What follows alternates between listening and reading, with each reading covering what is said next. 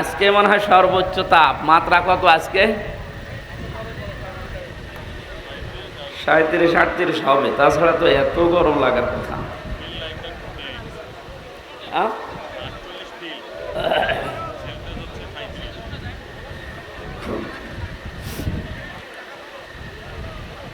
রংপুরবাসী বাংলাদেশের কম বেশি প্রায় জায়গায় আমি এখন যাচ্ছি। আপনারা সহজ সরল মানুষ, নবীর হাদিস শুনেছেন আপনারা যে সহজ সরল মানুষগুলো জান্নাতি। আল্লাহ মনে হয় এই জেলার মানুষকে এই ঘন্টা দয়া করে দান করেছেন যে অবাশশিরিল মুখবিতিন, যারা সহজ সরল নম্র, এদেরকে আপনি জান্নাতের সুসংবাদ দেন।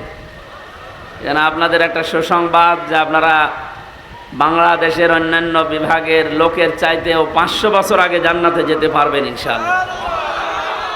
আল্লাহ এটা যেন হাদিস দ্বারা যেহেতু নবীজি জানিয়েছেন, এটা যেন তিনি প্রমাণ করে কিয়ামতে আমাদেরকে এটা দেখান। বলেন আমিন। সবাইকে নিয়ে মহান রব্বুল ইজ্জাত আল জালালকে ধন্যবাদ জানাচ্ছি যে এই গরমে ঘর থেকে বের করে এনে কোরআনের এই ময়দানে কিছু কথা শোনার বলার মতো একটা মন মানসিকতা আমাদের দিলেন, এটা একটা দয়া। মাই ইউরিদিল্লাহ খায়রা ইউফাক্কিহু ফিদ্দীন।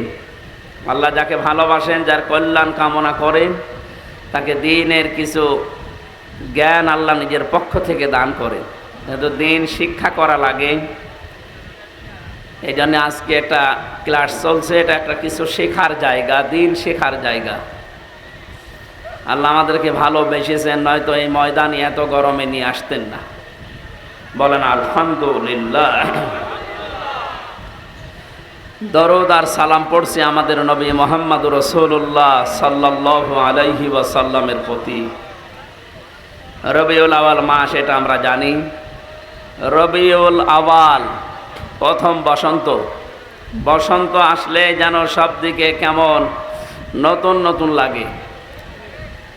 পৃথিবীর প্রত্যেকটি জিনিস নতুন সাজে সাজতে আরম্ভ করে। যে সমস্ত গাছগাছালিতে পাতা ছিল না, ওই গাছগাছালিগুলো আবার নতুন পাতা গজিয়ে যৌবন ধারণ করে। বিশ্বনবী মুহাম্মদুর রাসূলুল্লাহকে আল্লাহ এই মাসে পাঠিয়ে তাম পৃথিবীর মানবতার জন্যে একটা যৌবন উপহার দিয়েছেন। নবীজিকে আল্লাহ পাঠিয়ে জানিয়েছেন, কুল বিফাদলিল্লাহি ওয়া বিরহমাতিহি ফাবিযালিকা ফালিয়াফরাহু হুয়া খায়রুম মিম্মা ইয়াজমাউন। যদিও আয়াতটা কোরআনে কারিমের দিকে ইঙ্গিত দেয়, তারপরেও কোন কোন তাফসিরে নবীজির দিকেও ইঙ্গিত আছে। আল্লাহ পাক বলেন, নবী আপনি বলুন, মানুষেরা যা পেয়ে আনন্দ করে, যা গেইন করে, যা অ্যাচিভ করে, যা অর্জন করে, যা পেয়ে মানুষ আনন্দে লাফায়, আনন্দ করে, আমি আল্লাহর কাছে এগুলো একটাও আনন্দের বিষয় না। আমার কাছে আনন্দের বিষয় হচ্ছে যারা আপনাকে পেয়েছে, আপনার আদর্শ পেয়ে যারা আনন্দ করে, এই মানুষগুলোকে বলেন তারাই আসল জিনিস পেয়েছে। সুবহানাল্লাহ। আমরা নবীজির উম্মত। গতকালকে কুষ্টিয়াতে একজন বিশ্বনবী মুহাম্মদুর রাসূলুল্লাহকে গালি দিয়েছে, আমি রাতে এসে দেখলাম। প্রতিবাদ চলছে কুষ্টিয়াতে। যারা এখনো পর্যন্ত এগুলো নিয়ে মেতে আছেন, থামেন না। বারবার আমরা সতর্ক করেছি, এ বাংলাদেশ না তামাম পৃথিবীর তুলনায়ও মুসলমানদের কাছে মুহাম্মদুর রাসূলুল্লাহর ইজ্জত, সম্মান, মর্যাদা অনেক বেশি। এই জন্য যারা এগুলো করেন, পাগলামি বন্ধ করে। মানুষকে আইন হাতে তুলে নিতে বাধ্য করবেন না। যে কয় প্রকার মানুষকে মেরে ফেলা জায়েজ আছে, তার ভেতরে বিশ্ব নবীকে যারা অপমান করে, শাতেমে রসুল নবীকে যারা গালি দেয়, এদেরকে মেরে ফেললেও কোনো অপরাধ নেই। সুতরাং এই সমস্ত কাজে আপনারা জড়াবেন না। আমরা নিজেরা আইন হাতে তুলে নিতে চাই না। বর্তমান বাংলাদেশে যে আইন আছে, এই আইন দিয়েই যদি বিচার হয়, তারপরেও আপনি কিন্তু ছাড় পাবেন না। অন্য জায়গায় পাগলামি করছেন, করেন। নবীজির বিষয়ে কোনো আপোষ নেই। মুহাম্মদুর রাসূলুল্লাহ, আমরা এমনি নামাজ পড়তে না পারি, সিয়াম করতে না পারি, কিন্তু মুহাম্মদুর রাসূলুল্লাহর মর্যাদা আমাদের জীবনের চাইতেও বেশি। লা ইউমিনু আহাদুকুম হাত্তা আকুনা আহাব্বা ইলাইহি মিন ওয়ালিদিহি ওয়া ওয়ালাদিহি ওয়ান নাসি আজমাইন। নবীজি বলেন, অতক্ষণ পর্যন্ত তুমি মুমিন হতেই পারবে না যতক্ষণ সন্তানাদি, স্ত্রী, পুত্র, ছেলে মেয়ে, দুনিয়ার সব মানুষের তুলনায় আমি মুহাম্মদুর রাসূলুল্লাহকে বেশি ভালোবাসা, মহব্বত দিতে না পারবে। সুতরাং এই হাদিস সামনে রেখে আমরা কিন্তু দুনিয়ার জীবন চালাই। আমরা নামাজ, সিয়াম, অন্যান্য ইবাদত, বন্দেগী, জিকির, আজকার আমাদের কম থাকতে পারে, মুহাম্মদুর রাসূলুল্লাহর মহব্বত আমাদের ভেতরে কম নেই। বলেন? তারপরও এটা রবিউল আউয়াল মাস। মাস আসলে এমনি মানুষ অনেকে আবেগে অনেক কিছু করে, যদিও ইসলাম সমর্থিত এগুলো না। যেহেতু যেটা ইসলামে নেই ওইটা আমরা ইবাদত মনে করে যেন না করি, সতর্ক করছি। রবিউল আউয়াল আসলে যারা নবীর জন্মদিন পালন করার জন্য পাগল হয়ে যান, পৃথিবীতে কারো জন্মদিন, মৃত্যুদিন পালন করা জায়েজ নেই। এটা ইহুদি খ্রিস্টানদের কালচার। আমি কথা বোঝাতে পেরেছি? ইসলামে যেটা নেই, কেউ যদি ইসলাম মনে করে এটা পালন করে, সে বেদাত করে। আর যারা বেদাত করে সে যত জ্ঞানী মানুষ হোক ও গোমরা। আর যারা গোমরাহি অবলম্বন করে আল্লাহ তাদেরকে জাহান্নামের পথে দিয়ে দেবেন। এই জন্য আমরা যেহেতু সচেতন মানুষ, জীবন চলে যাবে, তারপরও ইসলামে আমরা যেন কিছু না ঢোকাই। যতটুকু ভালোবাসা, মহব্বত সাহাবা একরাম দিয়েছেন, তামাম রংপুর না, তামাম পৃথিবীর মানুষ মিলে একজন সাহাবীর ভালোবাসা নবীকে দিতে পারবো আমরা? ওনারা যা করেছে, ওনারা আমাদের আদর্শ, মডেল, নমুনা। ওইটা দেখে দেখে আমরা বিশ্ব নবীর মহব্বত, ভালোবাসা চালাবো ইনশাল্লাহ। রবিউল আউয়ালে যারা শুধু জন্মদিন পালন করার জন্য এই যে 63 দিন অনুষ্ঠান চলছে, কোথায় পেয়েছেন এগুলো? যদিও আপনাদের রংপুর, রাজশাহী এই সমস্ত বিভাগে এগুলো কম, এই চট্টগ্রাম, সিলেটে ওরে বাবা কি মহব্বত এদের। অথচ পৃথিবীতে প্রমাণ, সিরাতের যত গ্রন্থ আছে প্রায় 27টার উপরে, প্রায় গ্রন্থগুলো আমি দেখেছি, কোনো জায়গায় নবীজির জন্ম নিয়ে সাহাবা একরাম এবং তার বংশের লোকেরা এইরকম অনুষ্ঠান বানিয়ে আনন্দ করেছে আমরা পাইনি। হ্যাঁ, দুইজন চাচা আনন্দ করেছিল, একজন আবু লাহাব আর একজন আবু তালেব। এই দুইজনেই নবীর জন্মে খুব খুশি ছিল, কিন্তু নবীর আদর্শে তারা খুশি ছিল না। এক কথা বুঝতেছেন? এই দুইজন নবীর চাচায় আদর্শ পেয়ে তারা খুশি না, কিন্তু তারা নবীর জন্মে খুশি। এই যে মিলাদ যেটা বলা হয়, মিলাদ মানে জন্ম, মিলাদ মানে, এই দুইজন চাচার পুরা জীবনী পড়েন, দেখবেন এরা এত খুশি ছিল নবীর জন্ম পেয়ে, নিজেদের বাড়ির কাজের মেয়ে, কেনা কাজের মেয়ে। এখন তো আমরা টাকা দিয়ে ভাড়া করে নিয়ে আসি, আরো সময় কিনে নেওয়া ছিল। মানুষ বেচা কিনা হয়তো গরু ছাগলের মতো, বাজার থেকে কাজের মহিলা কিনে বাড়িতে রেখেছিল আবু লাহাব, সোয়াইবিয়া। এই মহিলা এসে যখন আবু লাহাবকে জানিয়েছে যে নেতা, মালিক, আপনার মরা ভাইয়ের সন্তান হয়েছে, খুব সুন্দর।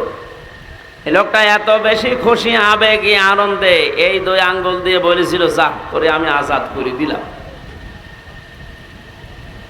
আল্লাহ খুশি হয়েছিলেন এই কাজটায়, কারণ নবীজির জন্য দুনিয়াতে কেউ কিছু করলে আল্লাহ ওইটা নষ্ট করে না, তার যদি ঈমান নাও থাকে। কথা বুঝতেছে? পৃথিবীর এইটা প্রমাণ আছে যে নবীর জন্য যা যে করবে ওইটা আল্লাহ ফেরত দেয় না, কারণ আল্লাহ নিজে মুহাম্মদুর রাসূলুল্লাহর আশিক। সুবহানাল্লাহ বলতে পারেন না? এই যে বালাগাল উলা বিকামালিহি আমরা পড়ি অনেকে।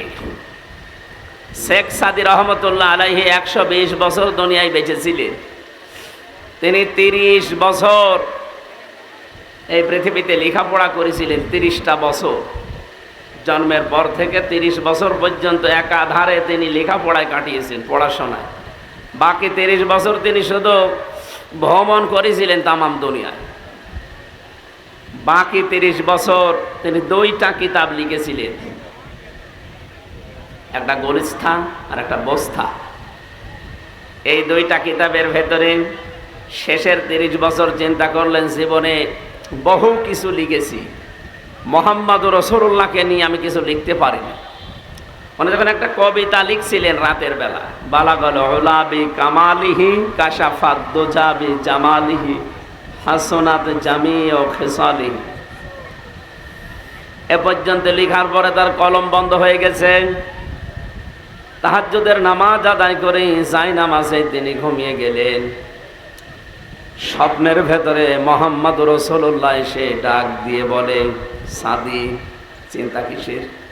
এখানে একটা মাসলা বের হয়, আপনারা শুনতেছেন? এই যে এত বড় একজন বুজুর্গ মানুষ শেখ সাদি রহমতুল্লাহ আলাইহি, নাম শোনেননি?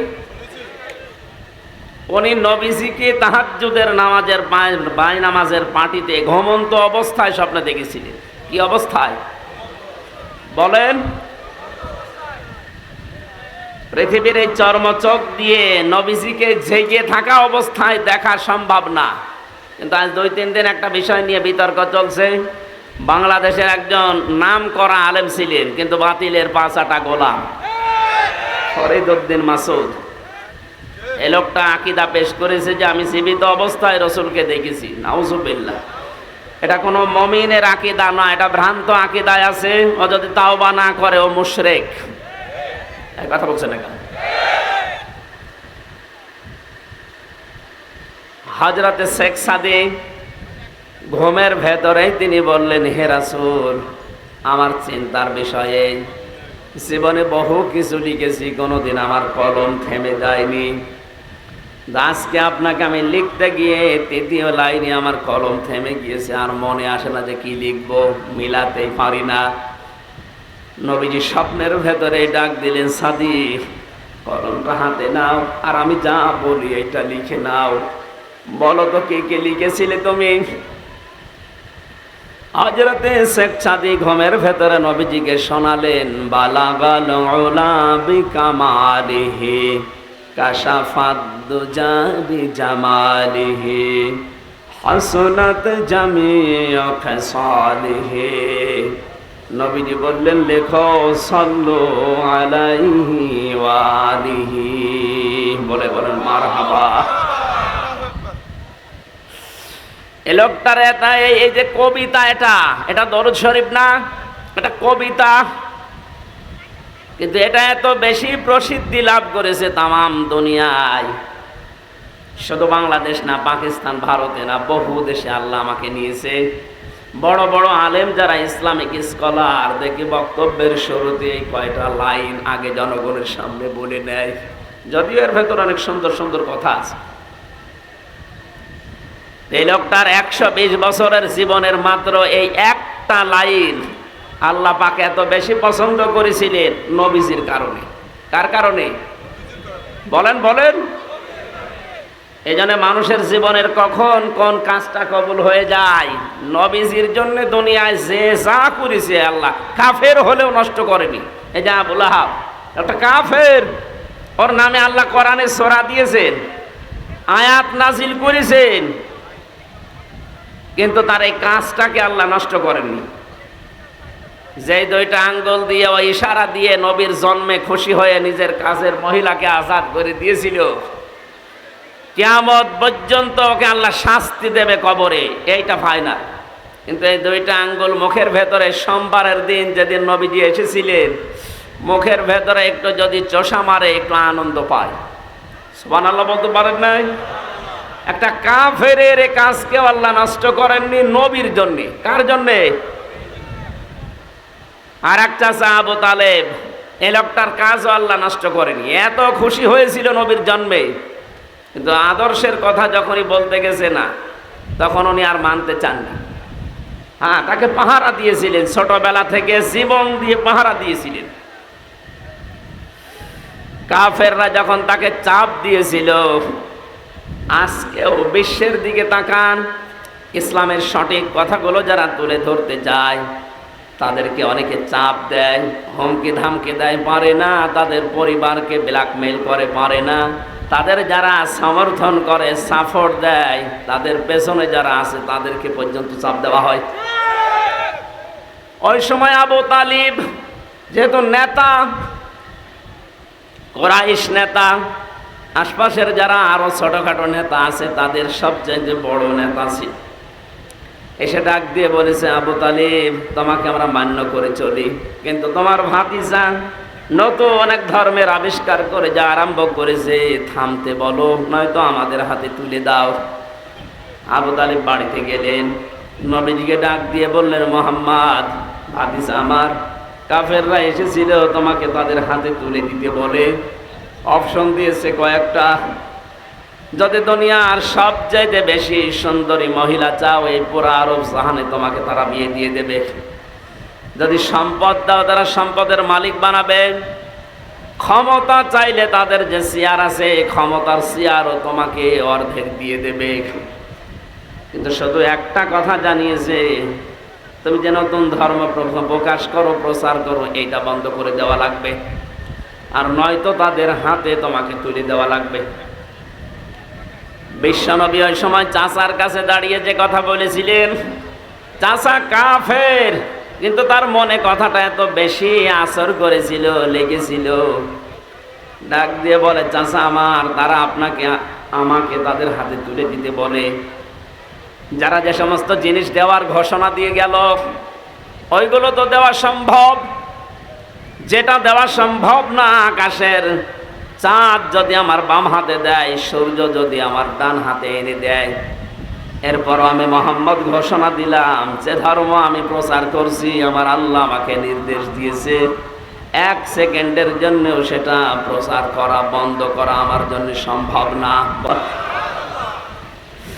এই সময় আবু তালিব, এই লোকটা নবীজির এই কথা শোনার পরে এত বেশি আবেগ আপ্লুত হয়েছিলেন, বিশ্বনবীর মাথায় হাত দিয়ে বলে, ভাতিজা মুহাম্মদ, তুমি যা আদিষ্ট হও সব প্রচার করো। আমি তোমাকে কথা দিচ্ছি, কবরের মাটিতে শোয়ার আগে তোমার পেছন আমি ছাড়বো না। ধরে বলেন সুবহানাল্লাহ। তারা কিন্তু খুশি ছিল, দুইজনের জীবনীতেই পেয়েছি তারা জন্মে খুব খুশি, মিলাদে।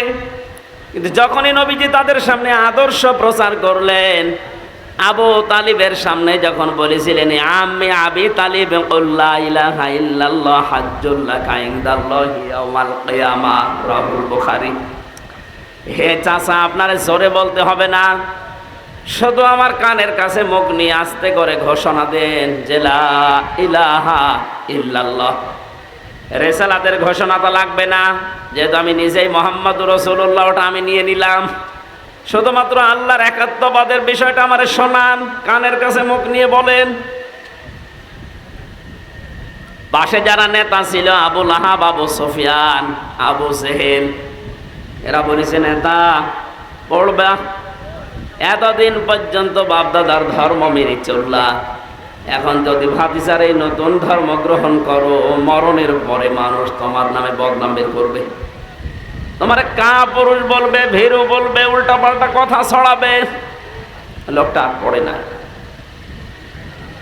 নবীজির মন খারাপ হয়ে গিয়েছিল, চিন্তা করলেন কি হয়ে গেল, সারাটা জীবন আমাকে গলে পিঠে করে, কাকে করে, নিজের সন্তান আলীকে পাত্তা দিত না, আমি মুহাম্মদুর রাসূলুল্লাহকে বুকে নিয়ে ঘুমাতো।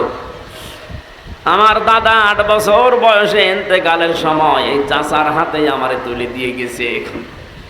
এখনো পর্যন্ত আমি মুহাম্মদের চাচার আন্ডারে থাকি, অথচ আজকে আমার চাচা জাহান্নামী হয়ে যাচ্ছে। তিনি মন খারাপ করলেন। ফেরেশতা জিবরাইল সূরা কসসের 56 নম্বর আয়াতটা নিয়ে হাজির হয়ে গেলেন। হে নবী, ইন্নাকা লা তাহদি মান আহবাবতা ওয়ালাকিন্নাল্লাহা ইয়াহদি মাইয়াশা। তাফসীরে ইবনে কাসিরের ভেতরে আছে, নবীজি ডাক দিয়ে বলেছিলেন, চাচা বহু চেষ্টা করলাম আপনার পেছনে, আপনি এই কথা বললেন, আমার মনটা খারাপ হয়ে গেল। এই যে দেখছি জিবরাইল এসে গেছে, কি নিয়ে এসেছে বার্তা? ফেরেশতা জিবরাইল বলে, আপনি মন খারাপ করবেন না, কাঁদো কাঁদো অবস্থা আপনার দেখতে পাচ্ছি, কেন আপনার মন খারাপ হয়? হেদায়েত কি আপনার হাতে আল্লাহ দিয়েছেন বলেন? এটা তো আল্লাহ নিজের হাতে রেখেছেন। এটা যে আপনার চাচা, এটা আল্লাহ জানে। সারা জীবন আপনাকে কোলে নিয়ে, কাঁখে নিয়ে, পিঠে নিয়ে, বুকে নিয়ে মানুষ করেছে, খাওয়া দাওয়া দিয়েছে, আল্লাহ দেখেছে। কিন্তু লোকটার মন নেই। আপনি এত চেষ্টা করার পরেও লোকটার মন নেই, এই জন্য আমার আল্লাহ পাক তাকে জোর করে হেদায়েত দেয়নি। কারণ হেদায়েত কে পাবে এটা আপনার চাইতে আল্লাহ ভালো জানেন। বলেন সুবহানাল্লাহ।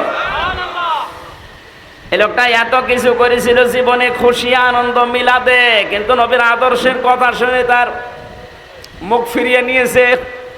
এই জন্য হাদিস হচ্ছে এটা, কিয়ামতের দিন নবীজি বলেন আমার এই চাচা আবু তালিবের পায়ের নিচে জাহান্নামের জুতা আল্লাহ পরিয়ে দেবে।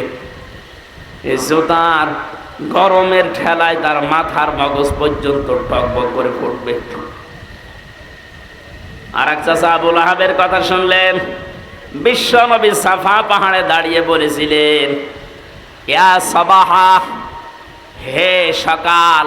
তার মানে মানুষ যদি বিপদে পড়তো ওই সময় পাহাড়ের পাদদেশে উঠে তারা ঘোষণা দিত, হে সকাল, আমার বিপদ চলছে। লোকজন সবাই যখন পাহাড়ের পাদদেশে হাজির হয়ে গেছে, ডাক দিয়ে বলে মোহাম্মদ তোমাকে দেখতে পাচ্ছি, কি হয়েছে তোমার, কি বিপদ বলো। নবীজি ওই দিন বলেছিলেন আমি যদি বলি পাহাড়ের পাদদেশে পেছনের সাইডে একদল শত্রু সেনা অবস্থান করছে তোমাদেরকে আক্রমণ করার জন্যে, আমি তোমাদের যেটা অপেক্ষা করার জন্য বলছি সতর্ক হওয়ার জন্যে, এখন যদি সতর্ক না হও তাহলে তারা আক্রমণ করবে। ওরা বলেছিল আপনি যা বলেন আমরা সব বিশ্বাস করি, কারণ কোনোদিন আপনি মিথ্যা বলেননি, এটা আপনারা জানি। যখনই নবীজি বললেন তোমরা যদি এই মুহূর্তে আল্লাহর একাত্মবাদের স্বীকৃতি না দাও তাহলে তার গজবের ফেরেশতারা অবস্থান নিচ্ছে, তোমাদের উপর আক্রমণ চালাবে। সামনে কেউ কোনো কথা বলে নাই, হাজারো মানুষের একটা লোক দাঁড়িয়ে একটা পাথর নিয়ে নবীজির দিকে নিক্ষেপ করেছিল আর জানিয়েছে তাব্বালাকা আলিহাদা জামাতানা ইয়া মুহাম্মদ, এ মুহাম্মদ তুই ধ্বংস হয়ে যা। বলেন নাউজুবিল্লাহ। এই কথা বলার জন্য আমাদেরকে একত্রিত করলি, তুই ধ্বংস হয়ে যা, বরবাদ হয়ে যা, তুই নষ্ট হয়ে যা। আল্লাহ পাক এত বেশি নারাজ হয়েছিলেন এই কথার দ্বারা, ও হাত তুলে পাথর নিক্ষেপ করেছিল মাত্র এক হাত দিয়ে। কয় হাত বলেন বলেন? অথচ কোরআন বলছে তাব্বাত ইয়াদা আবি লাহাবি ওয়া তাব। এখানে তাব্বাত ইয়াদুন্না, ইয়াদা নিয়েছিল, তাসনিয়ার কারণে নুনটা পড়ে গেছে, এসাফতের কারণে নুনটা পড়ে গেছে। তাব্বাত ইয়াদা শব্দের শাব্দিক অর্থ হচ্ছে দুই হাত। আল্লাহ বলেন আবু লাহাবের দুই হাতই ধ্বংস হয়ে যা। প্রশ্ন আসতে পারে আল্লাহ কি অবিচারক?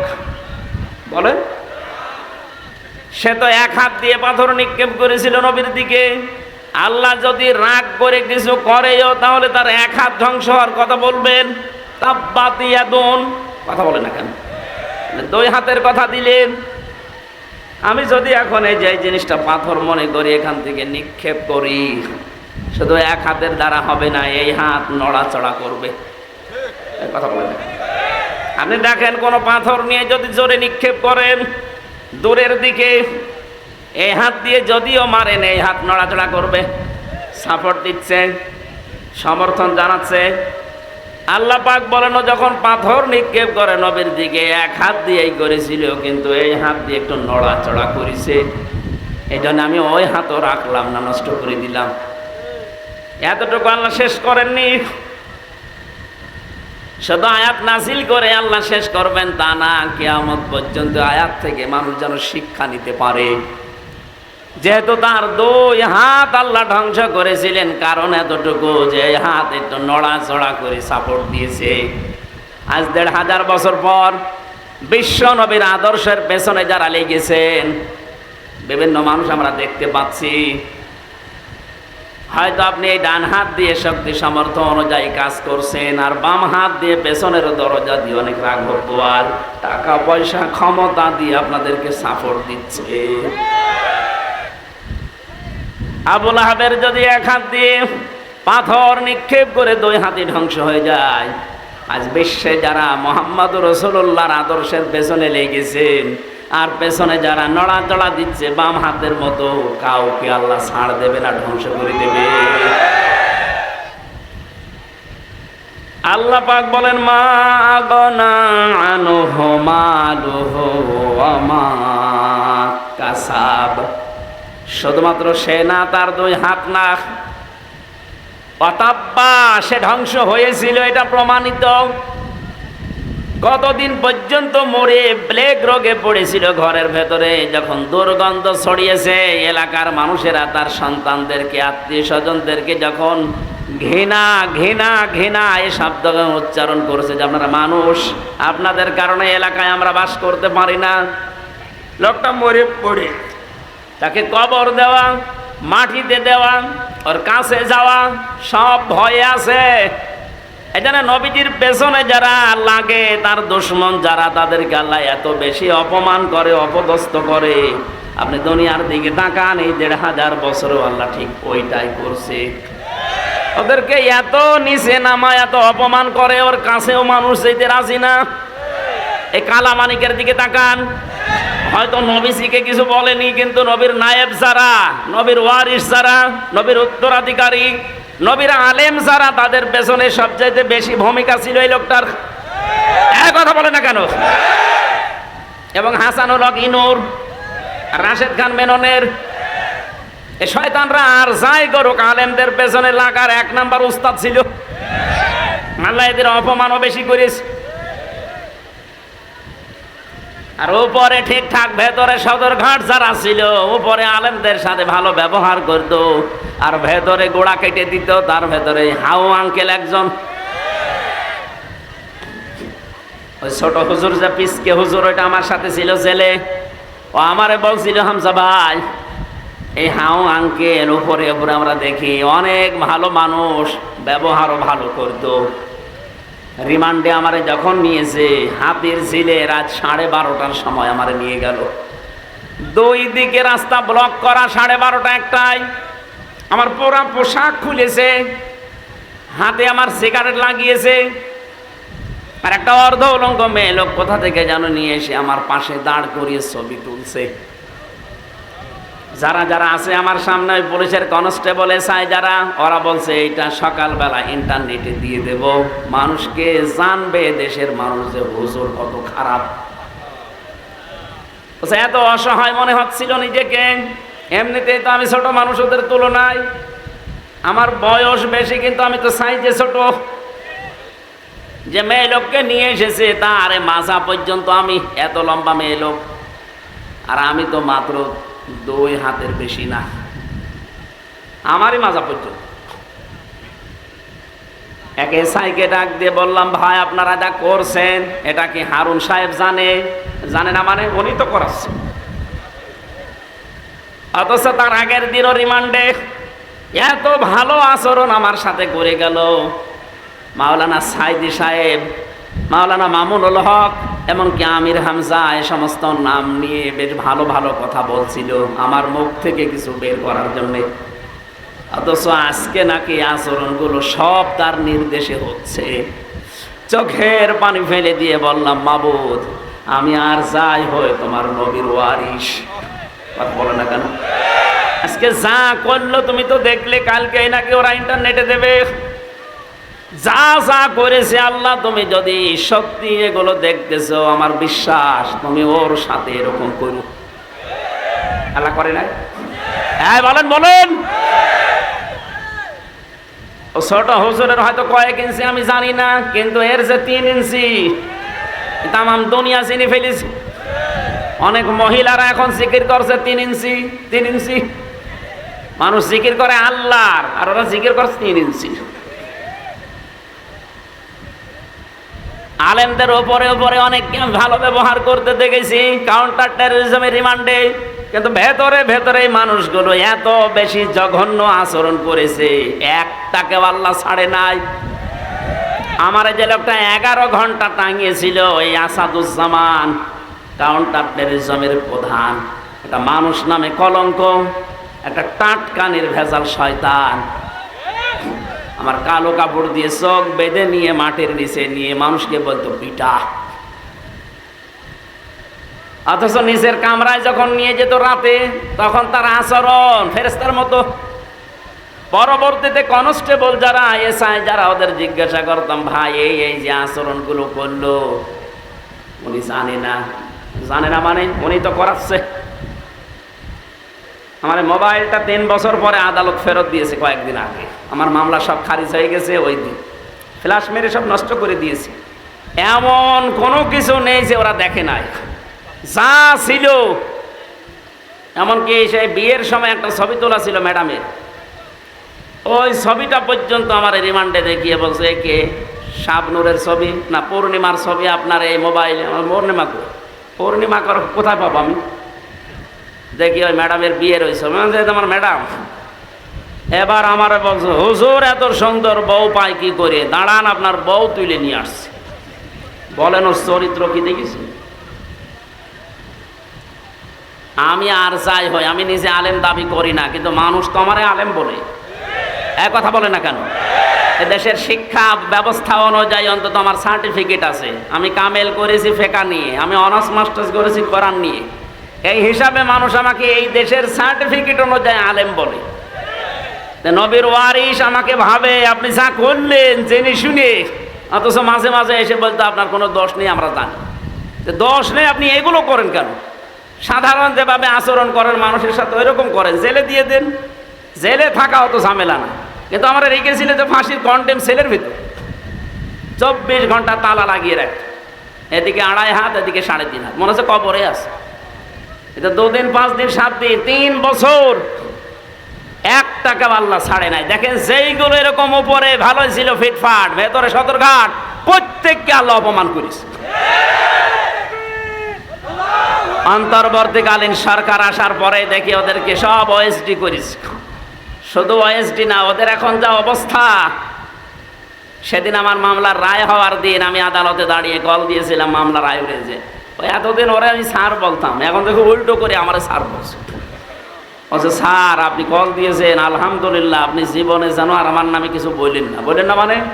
তুই ধরা পড়ার পরে আমার বাবার কাছ থেকে 10 লাখ টাকা নিয়েছিস, বললে যে হুজুরের নামে আমরা আর মামলা দেব না, টাকা দিন। আমার বাবা একেবারে হন্তদন্ত হয়ে তাড়াতাড়ি করে 8 লাখ পাঠিয়েছে। বললি যে মামলা দেব না, নাই তো 50টা মামলা দেব। তো কথা ঠিক রাখেন, টাকাও নিল আর একটা মামলাও দিল, আবার রিমান্ডেও নিল। এদের যে চরিত্র, এরা যা করেছিল ওপরে ওপরে আর ভেতরে যা করেছে, জঙ্গি নাটক সাজিয়ে এই মনিরুল আমার নামে এই মামলা দিয়ে এমন এমন কাজ করেছিল, মনে করেছিল এর দ্বারা বাংলাদেশ জামাতে ইসলামী এবং ছাত্র শিবিরকে এদেশের এবং বাইরের দেশের মানুষের কাছে একে কালার করে দেব। আল্লাহ পুরা উল্টিয়ে দিয়েছে। জামাত আর শিবিরে দেশে এখন যে জঙ্গি না, এটা যে মানুষের সঙ্গী, এটা প্রমাণ হয়ে গেছে। ডক্টর শফিকুল ইসলাম মাসুদ মাদ্দাজিল্লুহুল আলী বড় ভাই ঘোষণা দিয়েছে, দেশে যদি ইসলাম উপরে উঠতে পারে, ক্ষমতায় যেতে পারে, জঙ্গি মুক্ত রাষ্ট্র আমরা উপহার দেব। ওদের এখন গাত্রদাহ শুরু হয়ে গেছে। এ আবার কোন কোন মন্ত্র পড়ছে। তোমরা যেটা দিয়ে উল্টাপাল্টা রিপোর্ট তৈরি করে বাইরের দেশকে দেখিয়ে যে না এদেশ কোরআনের হাতে দেওয়া যাবে না, এদেশে জঙ্গি আছে, পুরাটা নাটক বানিয়ে মঞ্চস্থ করতে সব এখন উল্টিয়ে গেছে। বাইরের যত দেশ এখন সবাই প্রমাণ পাচ্ছে না এদেশে যারা ইসলামপন্থী এই মানুষগুলো জঙ্গি না, এদেরকে জঙ্গির ট্যাগ লাগানো হয়। ট্যাগ লাগায় কারা? যারা আসল জঙ্গি। কথা বলেন। জঙ্গির নামে যে লোকটার ফাঁসি দিয়েছেন নাটক করে, আব্দুর রহমান শায়েক, এই লোকটা আপনাদের আত্মীয়, আমি নাম নিলাম না। কথা বলছে না কেন? এই জন্য আমার কথা ছিল, আপনার যে মাল সম্পদ, আপনার যে রায়, আপনার যে সমর্থন, হয়তো ডাইরেক্ট অনেকে নবীর বিরুদ্ধে, নবীর ওয়ারিসদের বিরুদ্ধে কিছু করে না, পেছনের লাইন দিয়ে অনেকে সাপোর্ট দেয়, তাদেরকেও আল্লাহ ছাড়ে নাই। কারণ এই আয়াত আল্লাহ 1500 বছর আগে দিয়েছে, কিয়ামত পর্যন্ত ছাড়বেও না। সায়াসলা নারং যাতা লাহাব, অতি শীঘ্রই আমি তাকে লেলিহাল আগুনে প্রবেশ করাবো। অমরাত, তার স্ত্রীকেও, কারণ তার স্ত্রীও নবীর বিরুদ্ধে ছিল। এখান থেকে প্রমাণ হয় যে সমস্ত মেয়ে কাজ তার স্বামীরা নবীজির বিরুদ্ধে, ইসলামের বিরুদ্ধে, আর বউগুলো মেয়েগুলো ইসলামের বিরুদ্ধে অবস্থান নিয়ে স্বামীকে সাপোর্ট করছেন, তাদেরকেও স্বামীর সাথে জাহান্নামে যাওয়া লাগবে। এই জন্য বিবেক আপনার আছে, আপনি তার গরু ছাগল না। এটা শুনছেন, পাল্টাবেন নিজেকে। আমরা আসল কথায় আসি। আমরা শুধু নবীর মিলাদে জন্মে আমরা খুশি না, আমরা নবীর আদর্শে খুশি। কারণ জন্ম নিয়ে মিলাদ নিয়ে যারাই খুশি আমরা দেখতে পাচ্ছি তারা সব জাহান্নামী। কথা বলেন ঠিক কিনা? আর দুইজন চাচার কথা জানি, একজন হামজা আর একজন আব্বাস। এই দুইজন আপন চাচা, কিন্তু তারা শুধু জন্মের সময় খুশি ছিল না, তারা খুশি ছিল, আনন্দ করেছে নবীর আদর্শ পেয়ে। এই কথা বলেন না কেন? তারা এত বেশি খুশি হয়েছিল নবীর আদর্শে। এই হামজা এই লোকটা তীর ধনুক চালানোর উস্তাদ ছিল। পশু পাখি শিকার করতে বের হতো। একদিন এক হরিণের পেছনে দৌড়াচ্ছে, মানুষ দেখলে তো হরিণ দৌড়ায়। হযরতে হামজা তীর নিয়ে যখনই তিনি জঙ্গলের ভেতরে এগিয়ে যাচ্ছেন, হরিণ দেখে নিজের কাছে চলে আসতেছে। কি গো আশ্চর্য, হরিণ তো দৌড়াবে আর আমার কাছে আসে। হরিণ একেবারে কাছে আসার পর ডাক দিয়ে বলে, মাবুদ, জীবনে আমার জবানটা খুলে দাও, আমি শুধু নবীর পক্ষে একটা কথা বলে জীবনটা ধন্য করি। আমি আগেই বলেছিলাম নবীজির জন্য পৃথিবীতে যে যা করেছে একটাও আল্লাহ নষ্ট করেনি, একটাকেও আল্লাহ পাক না দিয়ে পারেননি। হরিণ যখনই বলেছে আমি নবীর পক্ষে একটু কথা বলতে চাই, আল্লাহ তার জবান খুলে দিয়েছেন। মানুষের মতো এসে বলে, হামজা, তুমি আমাকে শিকার করার জন্য পেছনে দৌড়াচ্ছিলে, অথচ আমি নিজেই শিকার হওয়ার জন্য তোমার হাতে ধরা দিচ্ছি। কারণ আছে, আমি একটা কথা বলতে চাই, আমাকে শিকার করে জবাই করে রান্না করে খেয়ে ফেলো, কোনো অসুবিধা নেই। আমার দুইটা বাচ্চা পর্যন্ত কাঁদছে, তাদেরকেও দরকার হয় সাথে নিয়ে আসি। কিন্তু তোমার এতিম ভাতিজা ভাই নেই, তার একটা সন্তান আব্দুল্লাহর ছেলে মোহাম্মদ। এদেশের নেতা যাকে তোমরা মনে করো আবু জেহেল, রক্তাক্ত করে কাবার পাশে ফেলে রেখে দিয়েছে। আমি তোমার কাছে জানতে চাই, এর কোনো প্রতিবাদ তোমার জানা আছে কিনা? তুমি কিছু করতে চাও? মনের দুঃখ নিয়ে, ভারাক্রান্ত মন নিয়ে এই হরিণকে, হরিণের বাচ্চা দুটোকে ছেড়ে দিয়ে বাড়িতে আসলেন। স্ত্রী কাঁদতেছে, ডাক দিয়ে বলে, বউ আমার কাঁদো কেন? বলে, কাঁদি, আমার তো ছেলে মেয়ে নেই। আমি কাঁদি এই কারণে, তোমার ভাইয়ের ছেলে মোহাম্মদ এতিম মানুষ, তারে আজকে আবু জেহেল মারধর করে কাবার পাশে রক্তাক্ত করে ফেলে রেখেছে। কিছু করবা কিনা? যদি কিছু না করো, আমি তোমার জন্য রান্না বাড়া সব বন্ধ করে দিলাম। নবীজির চাচি হযরতে হামজার স্ত্রীর এই কথাটাকে আল্লাহ ফেলে দেয়নি। সিরাত ইবনে হিশামের ভেতরে আল্লাহ পাক তাকেও চিরন্তন করে দিয়েছেন। বলেন সুবহানাল্লাহ। দৌড় দিয়ে ওই ধনুক নিয়ে চলে গেলেন।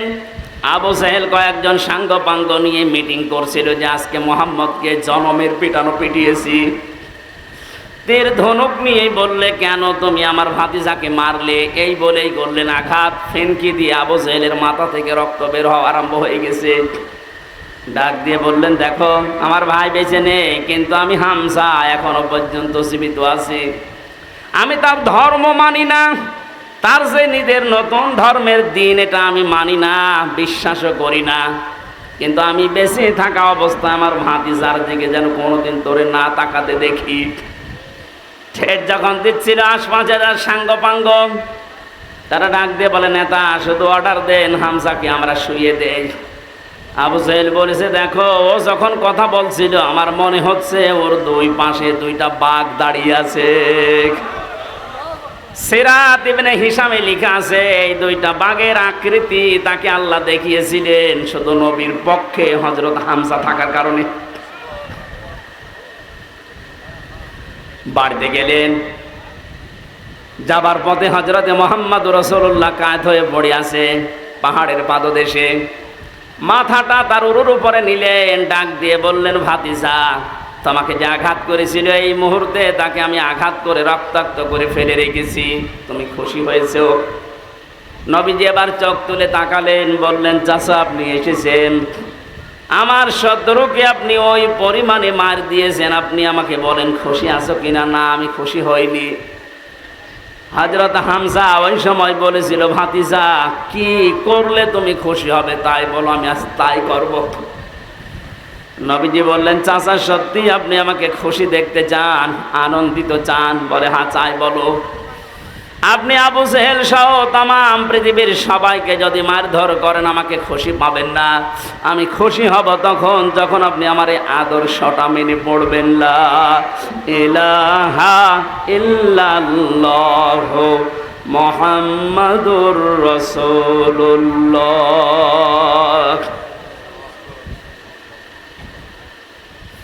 হযরতে হামজা ওই দিন বলেছিল তোমাকে আজকে খুশি করার জন্যে এহানো কাজ নিয়ে আমি করব না, এই মুহূর্তে তোমার সাথে আমি ঘোষণা দিয়ে দিলাম। তিনি নবীর আদর্শে, নবীর জীবন চরিত্র পেয়ে খুশি হয়ে নিজের জীবনটা পর্যন্ত দিয়ে ৭০ টুকরা হয়েছিলেন উহুদের ময়দানে। তারপরও নবীর আদর্শ ছাড়েন নাই।